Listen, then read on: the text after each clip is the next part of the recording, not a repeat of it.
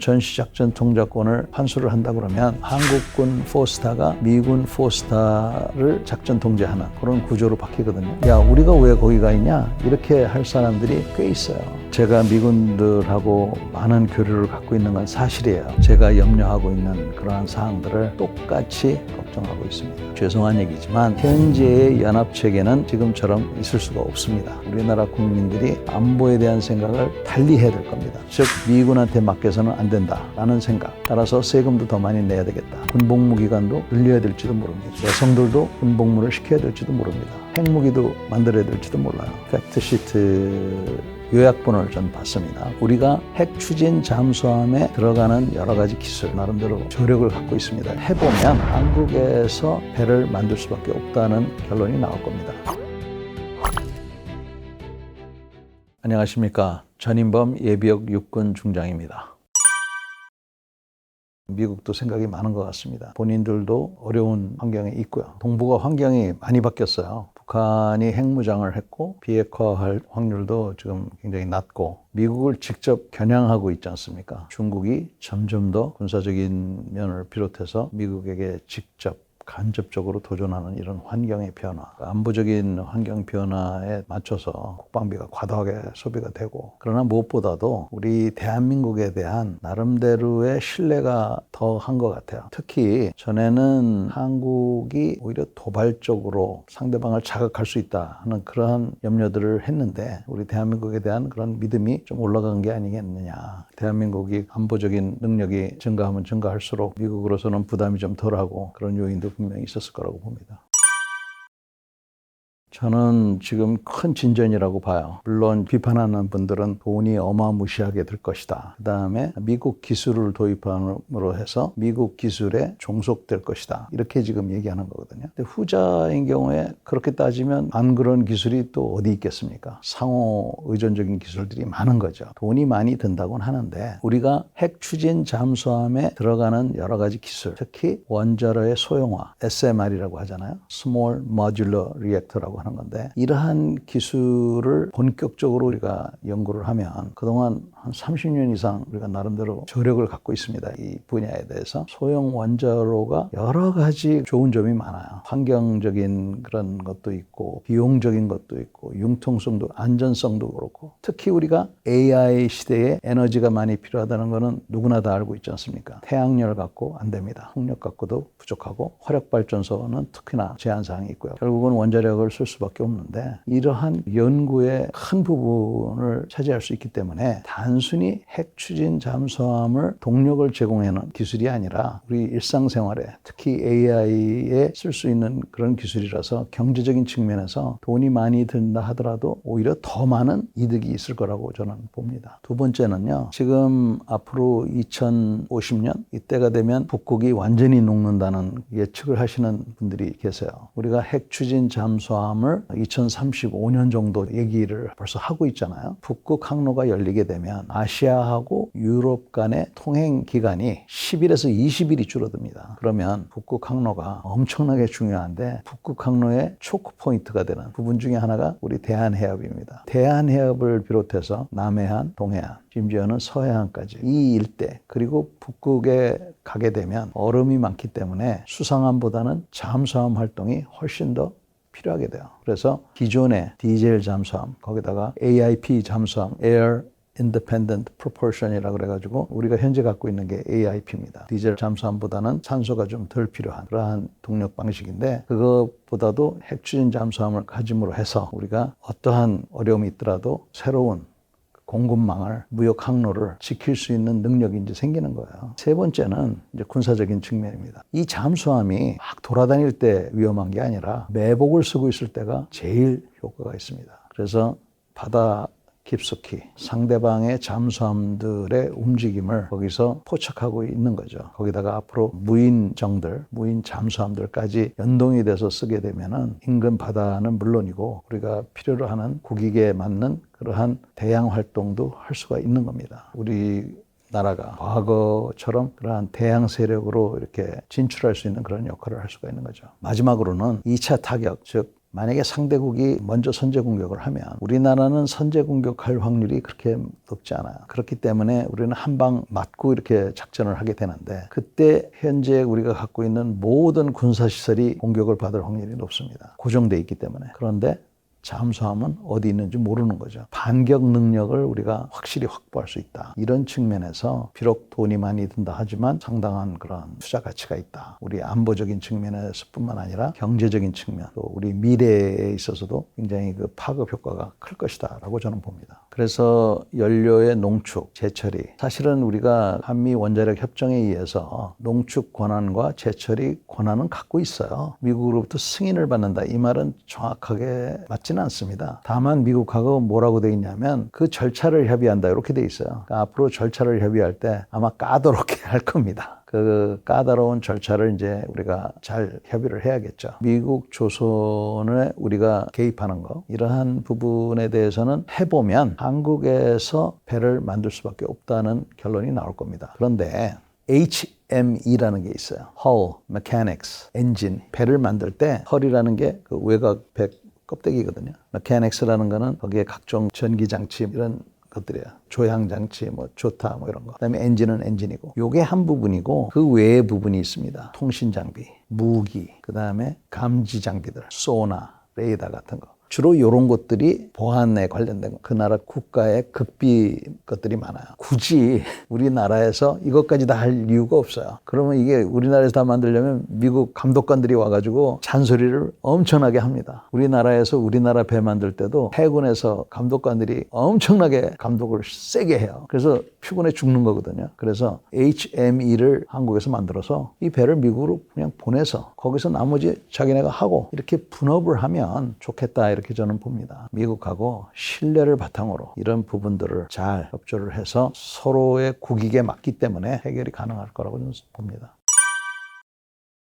제가 서두에 두 가지만 먼저 얘기를 하겠습니다. 첫째는 전시작전 통제권은 주권의 문제가 아닙니다. 두 번째는 전시작전 통제권은 우리의 국익에 맞기 때문에 미군한테 맡긴 거에 불과해요. 자, 왜 국익이 아니냐. 전시가 되면 미군 사령관이 마음대로 하는 게 아닙니다. 미군 사령관은 한국 대통령과 미국 대통령이 협의한 내용을 바탕으로 해서 자기의 임무와 권한 범위가 정해지게 돼 있어요. 불이 세 군데에 났는데 어느 불부터 끌 거냐, 어떻게 끌 거냐, 누가 끌 거냐, 이거는 이미 위에서 정해줬고 그 지역 소방서장이 세 군데니까 세 개가 있으면 그중에 한 사람한테 당신이 나머지 소방서 가지고 여기부터 불을 끄시오 라고 했다면 이 소방서장이 주인입니까? 그 명령을 내린 위에가 주인이지. 그래서 이거는 주권의 문제가 아니에요. 우리나라 대통령이 목소리를 내면 낼수록 미군 사령관이 따르도록 돼 있어요. 그래서 이거는 주권사항이 아닙니다. 그래서 미국도 당장 내일 우리가 달라고 그러면 줄 수밖에 없는 그런 거예요.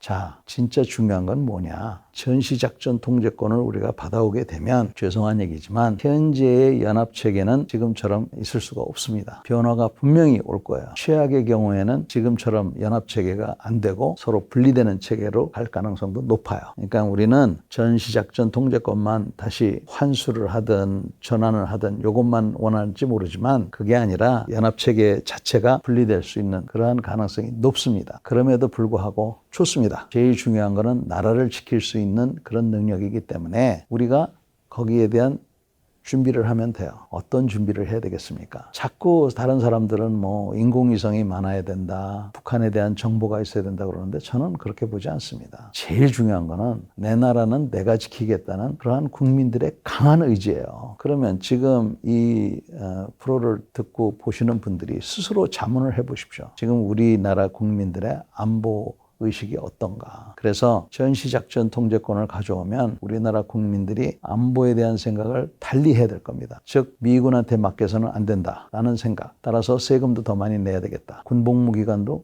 늘려야 될지도 모릅니다. 여성들도 군복무를 시켜야 될지도 모릅니다. 그런 것도 불안하면 핵무기도 만들어야 될지도 몰라요. 이런 것들을 생각해서 우리가 미군한테 일단 맡겨놓은 거죠. 왜?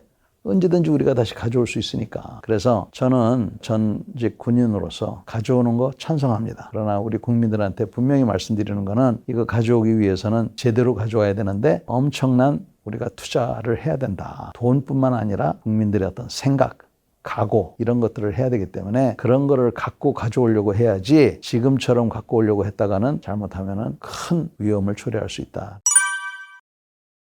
제가 미군들하고 많은 교류를 갖고 있는 건 사실이에요. 제가 염려하고 있는 그러한 사항들을 똑같이 걱정하고 있습니다. 왜냐하면 미국도 군인 생각과 미국 정치인의 생각은 틀려요. 미국 군인들은 임무가 분명합니다. 동북아 안정, 한반도 전쟁 억제 분명하게 초점이 맞춰져 있어요. 그러나 미국 정치인은 그렇지 않습니다. 우선 잘 몰라요.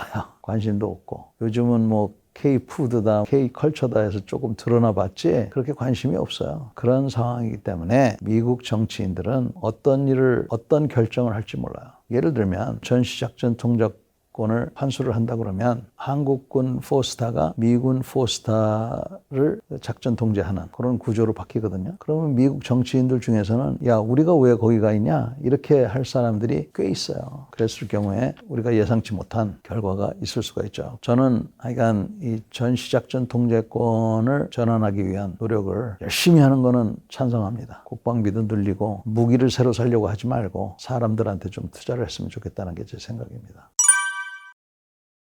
우리가 여러 개의 과제를 뽑아놨어요. 예를 들면 한 300개라고 칩시다. 300개의 과제를 가지고 그 과제가 달성이 됐느냐, 달성이 안 됐느냐를 따져서 임무를 수행할 수 있다, 없다를 판단을 합니다. 문제는 이 300개의 과제 중에 상당수가 정성적으로 돼 있다는 거예요. 정량적이 아니라. 이게 무슨 말이냐면 예를 들면 탄약은 충분해야 된다. 이런 식으로 돼 있는 게 정성적이에요. 탄약 155mm 포탄은 100만 발이 있어야 된다. 이게 정량적이에요. 그러면 현재는 정성적으로 돼 있기 때문에 이거를 정량적으로 바꿔야 됩니다. 특히 탄약 같은 거. 방금 얘기했지만 155mm 폭탄은 100만 발, 133mm 로켓탄은 50만 발. 숫자로 딱딱딱딱 떨어져 나가야 돼요. 그래야 이게 정확한 판단이 되는데 지금처럼 탄약은 충분해야 된다. 이렇게 해놓으면 판단이 이게 격차가 많은 거죠. 다시 볼 필요가 있다. 그 다음에 이제 큰 그림에서 보면 한국군의 현대화가 완료가 돼야 된다. 그 말 뜻이 뭡니까? 북한이 핵 위협이 없어야 된다. 그거는 달성할 수 없는 목표잖아요. 지금 벌써 20년 전에 만들어 놓은 그 조건들이기 때문에 조건 자체도 지금 시대에 맞게 20년 전만 해도 북한의 비핵화가 가능할 것 같다는 생각을 했었거든요. 그렇기 때문에 이런 조건을 만들었는데 지금은 북한의 비핵화가 당분간은 어려울 것 같으니까 이런 조건 같은 것도 다시 한번 볼 필요가 있다라고 봅니다.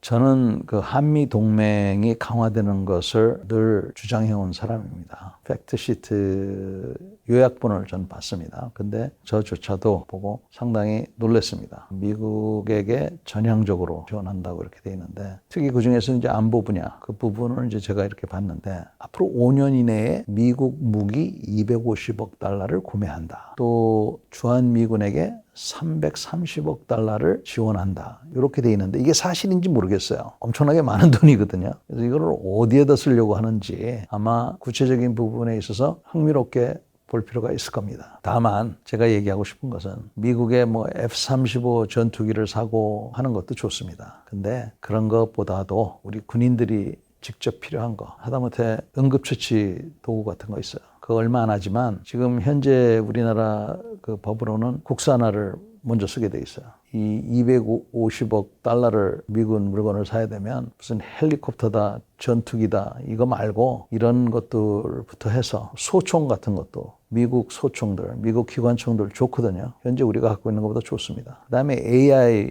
인공지능 분야 있잖아요. 사이버 분야, 소프트웨어 분야. 우리는 소프트웨어 같은 거 잘 안 사옵니다. 우리가 개발을 하지. 그렇지만 250억 달러를 가져올 거면 저는 전투기는 이제 그만 샀으면 좋겠어요. 오히려 전투기에 탑재하는 정밀 유도, 폭탄, 유도탄 이런 것들을 더 사고 조종사들을 위한 훈련, 처우 개선 250억 달러의 조종사라든지 우리 군인들의 미국 유학 비용도 포함을 좀 시켰으면 좋겠습니다. 그래서 장교뿐만 아니라 부사관들도 미국에 가서 교육 훈련이라든지 이런 걸 좀 받았으면 좋겠고요. 고가의 하드웨어 말고 이런 소프트웨어, 교육 훈련 이런 부분에 돈을 좀 쓰면은 우리 전투력에 큰 기여가 될 거로 저는 봅니다.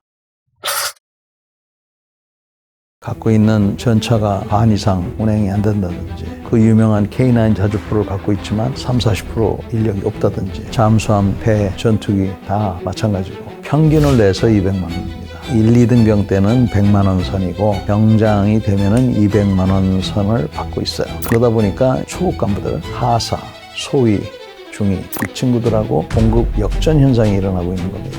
이러한 역전 현상이 2년 넘게 일어났다는 게 이게 기가 막힌 얘기죠.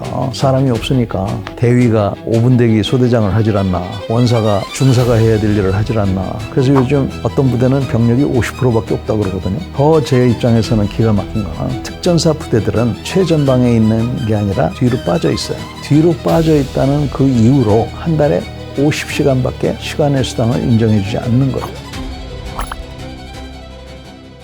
안녕하십니까. 전인범 예비역 육군 중장입니다.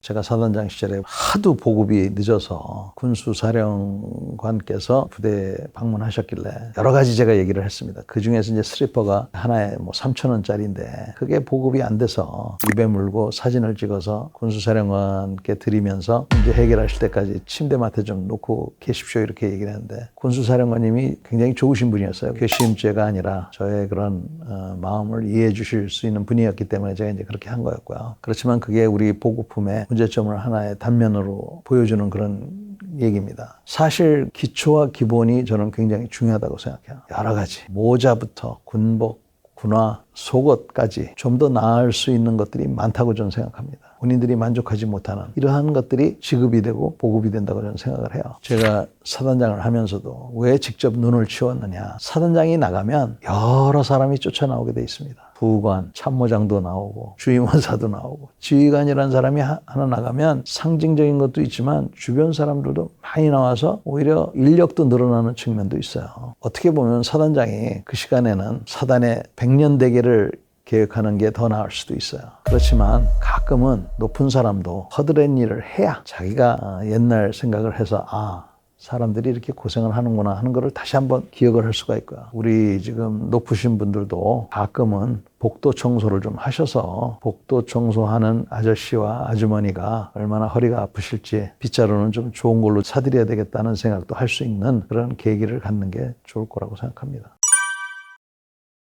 오로지 제가 데리고 있던 부하들에 대해서 남들이 뭐라고 말하거나 말거나 잘 먹이고 잘 입히고 잘 재우는 게 저의 임무라고 생각했기 때문에 그 세 가지가 완료가 되면 그다음부터는 훈련을 시켰습니다. 이들이 국방의 임무를 수행할 수 있도록 그렇게 했어요. 제가 부대원들 처우 개선이나 생활하는 여건을 보장하려고 노력했던 거는 그 자체로서의 중요성도 있지만 그것을 바탕으로 해서 나라 잘 지키고 본인들도 안전하게 사랑하는 사람들 품으로 돌아갈 수 있도록 하려고 그렇게 노력했던 거죠. 제가 그렇게 많은 훈련을 시켰는데도 불구하고 훈련 세게 시킨다고 저한테 불평불만하는 부하는 한 명도 없었던 것 같습니다. 젊은 군인들, 초급 군인들에 대해서는 지금도 신뢰가 아주 두텁습니다. 제가 요즘도 군인들 만나보면 훌륭해요. 근데 사람이 없으니까 대위가 5분 대기 소대장을 하질 않나, 원사가 중사가 해야 될 일을 하질 않나. 그래서 요즘 어떤 부대는 병력이 50%밖에 없다고 그러거든요.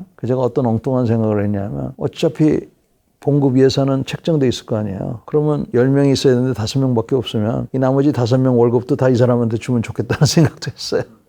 지금도 빨간불이 켜졌습니다. 갖고 있는 전차가 반 이상 운행이 안 된다든지, 그 유명한 K9 자주포를 갖고 있지만 30-40% 인력이 없다든지, 잠수함, 배, 전투기 다 마찬가지고 이미 빨간불이 켜졌기 때문에 이거 시급하게 고쳐야 됩니다.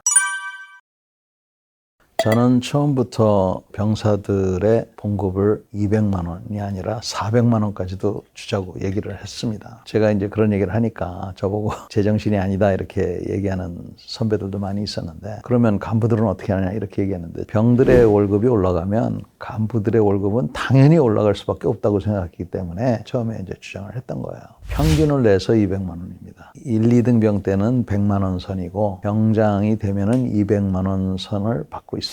그러다 보니까 초급 간부들, 하사, 소위, 중위, 이 친구들하고 봉급 역전 현상이 일어나고 있는 겁니다. 이러한 역전 현상이 2년 넘게 일어났다는 게 이게 기가 막힌 얘기죠. 사실 진작에 이거를 고쳐야죠. 봉급으로 못한다 그러면 뭐 수당으로 하든 뭐 어떻게 했었어야 되는데 그동안 그렇게 하지 않았다는 게 저로서는 참 이해가 되지 않는 처사입니다. 사기가 말이 아니죠. 직업군인 하는 사람이 돈 많이 벌겠다고 하는 사람은 없을 겁니다. 가족수당을 지금 10만 원이 안 되거든요. 100에서 150만 원 정도 했으면 좋겠어요. 결혼을 하면 부인 50만 원, 애 하나당 50만 원, 뭐 이런 식으로 해서 또 애를 많이 낳으면 날수록 가정을 꾸려나가는데 좀 여유 있게 할 수 있었으면 좋겠어요. 최소한 그 자녀가 고등학교 졸업할 때까지는 보장을 해준다든지 이렇게 했으면 좋겠고요. 다행히도 국방부에서 이번에 초급 간부 기본급을 6.6%인가 올린다고 합니다. 제가 봤을 때는 그것도 안 돼요. 그런 식으로 올려가지고는 안 되고 30%, 50% 이런 식으로 올려줘야 되는데 기본급으로 그렇게 못 올려주면 수당으로라도 해줘야 된다고 봅니다. 지금 수당 문제만 보더라도 최전방, 거기는 시간의 수당을 200시간을 적용시켜줬어요. 그러면 대략 200시간이면 250에서 300만 원 사이가 더 받는 거예요, 한 달에. 그거보다 약간 후방은 100시간을 주고 있습니다. 다른 일반 군인들은 한 달에 40에서 50시간을 인정을 받고 있어요. 더 제 입장에서는 기가 막힌 거는 제가 특전사령관을 했기 때문에 우리 특전부대는 유사시에 적진에 들어가서 아무 도움도 못 받고 임무를 수행해야 되는 그런 사람들입니다. 특전사 부대들은 최전방에 있는 게 아니라 좀 뒤로 빠져 있어요. 뒤로 빠져 있다는 그 이유로 한 달에 50시간밖에 시간의 수당을 인정해주지 않는 거예요. 도저히 받아들일 수 없는 그러한 판단입니다. 우리 특전부대원들은 200시간을 받아야죠. 하나만 예를 들어도 여러 가지 문제가 있는데 전방에 200시간, 100시간을 적용받을 때 병사들만 빠져요. 그러니까 초급간부, 하사, 중사, 소위 중위들만, 대위들까지만 받기 때문에 소령보다 대위가 더 돈을 받는 경우도 또 생겨요. 이것도 다 비정상이라고 저는 생각을 합니다. 그래서 국방비 이번에 지금 2.8%에서 3.5%로 GDP를 올린다고 그러는데 더 이상 탱크나 비행기 사지 말고 이런 수당 문제 좀 집중해서 우리 군인들한테 좀 잘해줘야 된다고 생각해요. 조종사들도 지금 마구 나간다고 하는데 그거 잡아놓으려고 하지 말고 조종사들이 나간다 그러면 잘 내보내고 분기에 한 번씩 다시 부대로 돌아와서 한 일주일 정도 전투기를 타게 하는 거죠. 그러면 본인도 민항기를 조종하다가 그런 미련이 있을 거 아닙니까? 35살에 나간다 그러면 45살까지 한 10년 동안 유사시가 되면 전투기는 사와도 되고 빌려도 되니까 조종사가 없어서 그렇거든요. 그래서 그 유지비행 시켜놓으면 금방 전투에 임할 수 있으니까 그런 제도도 좀 도입하고 수당으로 안 되는 부분들, 그런 부분들은 그렇게 좀 융통성 있게 해야 된다. 해군들도 지금 난리라고 그럽니다. 특히 잠수함 같은 경우. 잠수함 승조원을 교육하는데 1년이 걸린다는 거예요. 근데 지금 잠수함 승조원들이 없어가지고 잠수함을 운용을 못하거나 그러니까 핵추진 잠수함을 만들어서 원자로를 관리하고 하려고 그러면 그건 4, 5년씩 교육을 시켜야 됩니다. 이런 사람들을 나가지 않도록 하려면 굉장한 투자를 해야 돼요. 사람이 없다 보니까 10시간 근무해야 되는 사람이 15시간, 20시간을 근무하니까 이 사람이 나가겠다는 생각을 하는 거죠. 그래서 이런 연쇄 반응이 일어나기 때문에 절제절명의 위기라고 생각하고 이 문제를 해결을 해야 된다고 생각을 합니다. 우수한 사람에 대한 정의는 쉽지 않아요. 어떤 경우에는 너무 군인이 머리가 좋아서 계산적인 군인은 저는 필요 없다고 생각합니다. 우선 정치에 몰두되어 있는 군인은 하여간 우리가 배제가 되어야 된다고 생각하고요. 그런 것을 주의하면서도 교육기관에서 리더십 교육하고 군인의 길이라는 그러한 그 가치관의 교육을 좀 잘 해야 된다고 생각합니다. 제도보다는 그러한 교육을 받은 사람들이 자부심을 느껴서 입소문으로 자기 친구나 동생한테 야, 이거 할만해. 돈 많이 버는 게 그게 인생의 목표가 돼서는 안 되잖아. 군복 입고 나라 지키는 것보다 더 보람 있는 일이 있어? 라는 그러한 인식이 되는 것이 더 중요하다고 생각합니다. 나라 지키는 게 자랑스럽고 나라 지키는 게 나의 보람이다 라고 생각하는 사람들을 군에 들어올 수 있도록 일단 군에 들어왔으면 그런 사람들을 붙잡아 놓을 수 있도록 해야지 지금 공부 잘하는 사람들을 우리가 우수인재? 그건 아니라고 봐요. 공부 잘하는 사람들 군인들도 들어와가지고 최전방 근무보다는 아스팔트 장교라는 말이 얼마 전에 신문에 나왔던데 공부나 하러 다니고 고급 부대에서 근무해서 거기서 또 진급하고 야전 현실에 대해서 잘 모르니까 제대로 된 기관총 하나 못 주는 그런 군대가 되지 않았나 저는 그렇게 생각하기 때문에 우수 인재라는 생각부터가 공부 잘하는 인재가 아니라 사명감을 가질 수 있는 그런 사람들이라고 생각하고요. 그 다음에 군대가 경직돼 있잖아요. 군인들은 이빨이 아파도 치과에 가겠다는 얘기를 못해요. 병도 병이지만 하사, 중사, 상사, 소위, 중위, 대위, 연관장교들도 이게 말이 됩니까? 그런 경직된 분위기를 좀 일소를 했으면 좋겠다. 그게 위에서부터 권위주의에서 나오는 거거든요. 많이 없어졌는데 아직도 많이 남아있어요. 그거 없애는 게 그렇게 힘든지 전 잘 이해가 안 되는데 군대가 좀 자연스러워졌으면 좋겠습니다. 끝으로 앞으로 국정감사할 때 군인들을 상대로 할 때 국회에 부를 때는 사복으로 부르든가 군복 입은 사람들에 대해서는 좀 막 소리를 지르고 망신을 주는 그런 건 없었으면 좋겠습니다. 그런 걸 보니까 우리가 군복이라 그러면 나라를 지키는 갑옷이고 죽을 때는 수의라고 생각하고 사는 사람들인데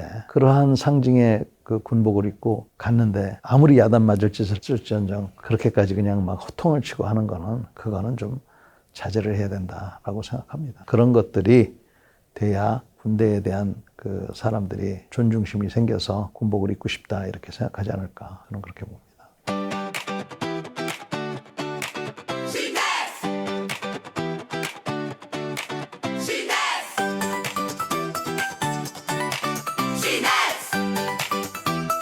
당신을 깨우는 지식